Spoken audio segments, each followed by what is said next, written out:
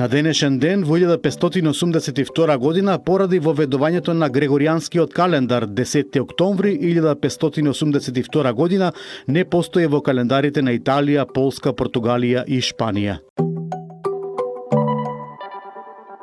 На овој ден во 1813 година роден е италијанскиот композитор Джузепе Верди, еден од најстакнатите оперски творци на 19 век.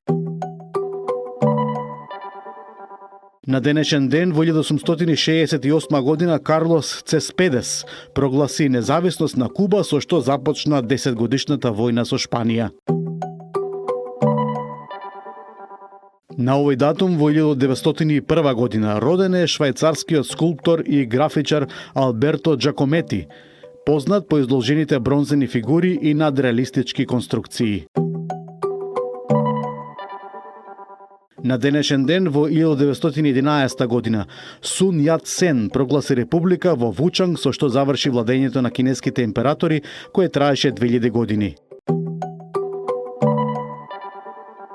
На овој датум во 1913 година заврши изградбата на Панамскиот канал долг 81,6 километри, кој ги поврзува Атлантскиот и Тихиот океан.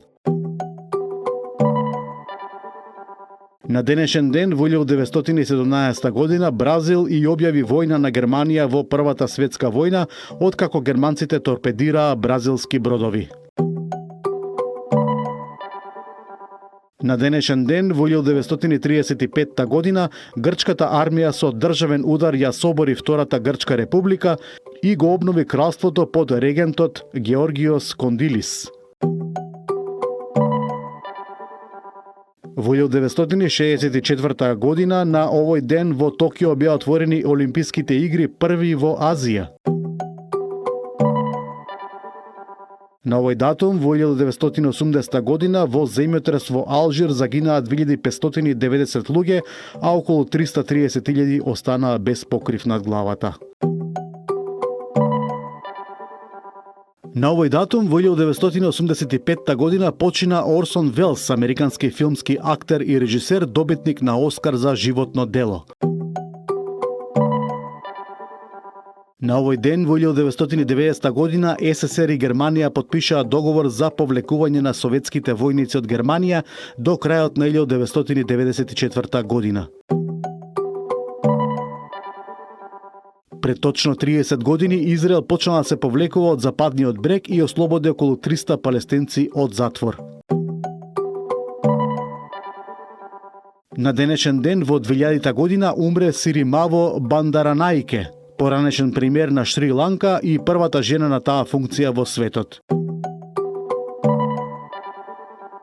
На овој датум во 2001 година Џорџ Акерлов, Мајкл Спенс и Џозеф Стиглиц ја добија Нобеловата награда за економија за анализа на пазари со асиметрични информации.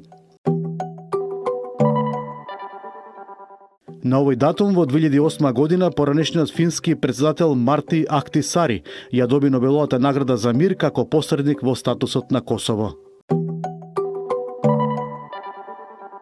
На денешен ден во 2015 година во две експлозии во Анкара загинаа 95 луѓе, а повеќе од 500 беа повредени пред главната железничка станица.